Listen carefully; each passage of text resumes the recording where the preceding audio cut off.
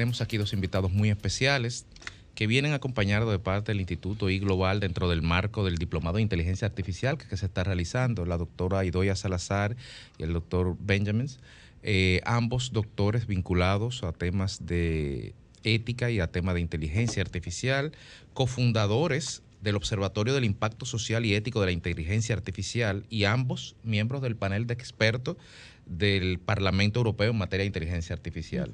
Buenas tardes y bienvenidos a nuestro programa.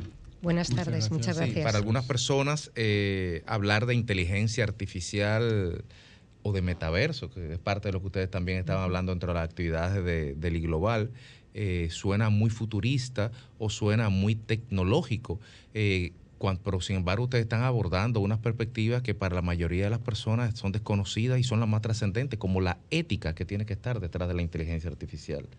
¿Cómo ven el desarrollo de ese campo y cuáles son los principales desafíos que tenemos como humanidad frente a esto que se avecina y a esta singularidad inminente?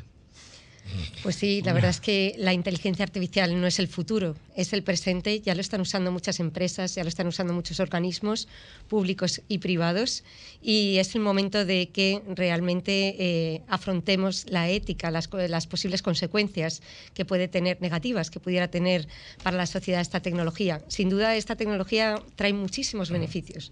Va a aumentar la productividad de las empresas, nos va a ser más eficientes. Realmente gracias a ellas vamos a ser más eficientes, pero realmente trae también muchas cuestiones que si no las cuidamos pudieran derivar en consecuencias tremendamente negativas para todos. Y es por ello por lo que hay que crear un balance entre el desarrollo tecnológico de la inteligencia artificial e incluso ese metaverso y la parte ética, un balance al mismo nivel, a pensar en cuidar los datos que alimentan a esos sistemas de inteligencia artificial, intentar prever las posibles consecuencias negativas, intentar anticiparnos a esas causas negativas y así pues podremos realmente sacar todo el potencial de esa inteligencia artificial sin tener problemas graves sobre ella. En el campo ético, ¿cuáles son los valores que que ustedes perciben amenazados por la disrupción tecnológica o propiamente de la inteligencia artificial? Lo importante de la inteligencia artificial es el uso de esta tecnología, no tanto la tecnología en sí, ¿vale? Y lo que es verdad es que la inteligencia artificial, ayuda a automatizar ciertas tareas, ¿no? Y la optimización de estas tareas puede tener un impacto, ¿no? Estamos, por ejemplo, si queremos asignar un crédito a una persona a través de un banco, pues ahí el valor importante es la no discriminación. Todo el mundo, ¿no?, tiene que tener el mismo derecho de recibir un crédito o no, obviamente según algunos criterios, ¿no? La aplicación de estas tecnologías igual, ¿no?, puede poner esa no discriminación en riesgo, ¿no? Y ahí es un valor ético que tenemos que respetar y tenemos que ayudar a las empresas cuando usan estas tecnologías para que de antemano, ¿no?, desde el diseño evitan estas consecuencias negativas, ¿no? Toda la ética, lo que queremos aplicar a la inteligencia artificial, se basa en los derechos humanos, para que nunca se vulnerable ningún derecho humano. Y eso es lo más importante. Además, los derechos fundamentales son universales en el mundo, ¿no? Mientras que la ética puede diferenciar, puede ser distinto en una cultura o otra cultura. Hay un desafío importantísimo que probablemente sea el escenario del esfuerzo mayor para controlarlo, y es el derecho a la intimidad. Y la privacidad. Y la privacidad. ¿Cómo hacerlo si los algoritmos permiten la construcción de psicogramas que desnudan al ser humano desde el cerebro hasta los pies? Yo creo que debemos empezar por algo básico, que es la educación de las personas y que las personas sean conscientes de la huella digital que generan. Yo creo que eso es básico. Lo primero que debemos de hacer es que las personas, el público en general, se quite los prejuicios de la cabeza que tienen asociados a la ciencia ficción sobre estas tecnologías, que empiecen a saber los datos, de qué manera ellos mismos van generando datos. Hay muchas personas que no son conscientes de que están poniendo en riesgo su privacidad. También cuando usan las redes sociales, igualmente cuando compran determinada cuestión o cuando usan el teléfono móvil, Amazon, cuando usan Netflix, cuando usan esa serie de plataformas, están generando datos personales que son usados por las empresas para determinados fines. Que no... Por ejemplo, un banco puede tener un software que lo lleve a establecer quién es un comprador compulsivo y quién no lo es. Por tanto, el ser comprador compulsivo reduce la posibilidad de recuperación de los valores que pudiera poner en manos de él como préstamo. Y ocurre que esa información privilegiada a la que tendría acceso el banco le permite tomar decisiones sobre su cliente que vulneran ese derecho que planteaba usted, el derecho a la equidad. Sí. Y a ser sí, tratado. Eso es cierto, pero realmente la tecnología en sí, como la inteligencia artificial, pues no es la causa de esto, ¿no? Realmente esto es la ética del negocio, el modelo de negocio y la ética de la empresa si quiere perseguir, ¿no? Aprovecharse de esa característica de las personas. De esa información privilegiada. De la información privilegiada que tiene sobre el cliente. Sí, claro, pero es el propio banco que tiene que decir si le parece bien, ¿no? Explotar esta información. ¿Cómo lo controlamos? Hay una cuestión básica que estaba comentando Richard, que es que el algoritmo no tiene la culpa de nada. En realidad son las empresas en las que tenemos que seguir poniendo el foco del problema. El algoritmo es al final un software que es manejado por personas y por lo tanto sigue siendo un problema no de la ética del algoritmo, sino de la ética de las personas. No, está bien, sí. Pero ellas usan el mecanismo para proveerse de información que ponen a la defensiva a su cliente, sin el cliente conocer eso, porque ocurre que ahora, en este momento, la información la ofrece el cliente. Y ese intercambio entre la información que ofrece el cliente y el que va a ofrecer el crédito es lo que determina la decisión justa. Pero si el que va a ofrecer el crédito ya sabe todo sobre el cliente, lo convierte en su esclavo en términos económicos.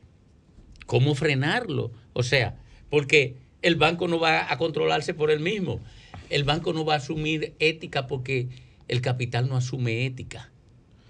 No, y en esa línea quisiera preguntarle, aparentemente estamos en un viejo oeste tecnológico, donde no hay reglas todavía, hay un proceso de construcción de reglas, de normas, de códigos de conducta, que es lo que ustedes están haciendo. Hay preocupación de los organismos paneuropeos, sobre todo, para tratar un poco de encorsetar esta vigilancia, pero en lo que eso pasa, ¿cuáles son las discusiones de carácter ético que se están dando para poder delimitar el uso de la tecnología, el uso del Big Data, el uso del algoritmo y no socavar las bases de nuestra democracia?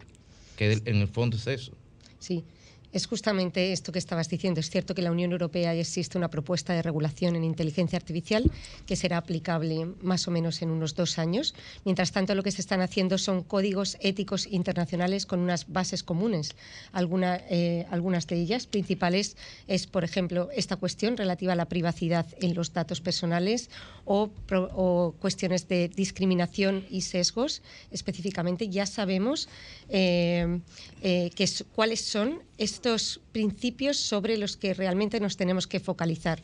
Hoy en día las empresas tienen ya herramientas específicas para luchar contra los sesgos en los datos que usan los algoritmos de inteligencia artificial. Hoy en día empiezan a existir mecanismos de gobernanza dentro de las empresas para no dejar la decisión del algoritmo una autonomía total. Esa cuestión es básica. Si tú dejas al algoritmo que decida directamente, implementa directamente la decisión, pues ese algoritmo puede tener un fallo y estás aplicando la decisión de una máquina sin supervisión. Y esa cuestión se tiene que dejar de lado en estas cuestiones relativas a la concesión de créditos o el acceso a un puesto de trabajo o algo que realmente suponga una repercusión social o profesional importante. La supervisión siempre debe ser en el hombre, siempre tiene que estar en el centro de la decisión. Eso es otro principio ético fundamental, yo diría el más importante que se está aplicando a nivel internacional. En cualquier caso, todos sabemos que la ética no es sancionable en principio, y eso deja el libre albedrío de las empresas y realmente aplicarlo de cara más que nada a la presión de la opinión pública o no. Pero en cualquier caso debe haber un avance en el campo jurídico para agilizar la creación de legislación específica. La forma en la que tenemos estructurada los distintos niveles para aprobar leyes tiene que agilizarse. Es un deber, es realmente un deber, porque si no, ahora viene la inteligencia artificial, después viene el metaverso, después vendrá la revolución genética, la revolución de la neurotecnología. ¿Y qué pasa con las leyes? Que para aprobar una ley seguimos pasa años y años, y ya para cuando la vamos a aprobar ya ha pasado casi, y tenemos otro problema por delante. Sí, otro desafío. De todas formas, vivimos en un mundo, ¿no? en una economía donde el mercado decide muchas cosas, aunque no nos gusta. Y hay tecnologías que pueden acelerar, ¿no? unas temáticas, pero estamos en ese mercado. Entonces, el mercado muchas veces manda, aunque no nos guste, pero no hay reglas contra esas cosas. Mire, tanto el pensamiento europeo como el pensamiento económico norteamericano de mayor nivel coinciden en que el mercado no ha podido ser regulado apropiadamente por los estados después de la irrupción del neoliberalismo y la globalización. Y la inteligencia artificial comenzó a ser utilizada en la producción y la generación de riqueza con mayor intensidad por el sector financiero, que es el corazón del mercado capitalista, y no ha podido ser regulado. Por eso fue la crisis del 2008, porque no se dejaron regular. Claro, después acudieron a los impuestos de todos nosotros para rescatar los bancos. Y no. Pero esto no es una discusión de tecnología. No, yo digo que usaron la tecnología para evadir la regulación. Y entonces eso plantea un desafío de control al que no le ha podido dar respuesta la gobernanza global. No le ha podido dar respuesta.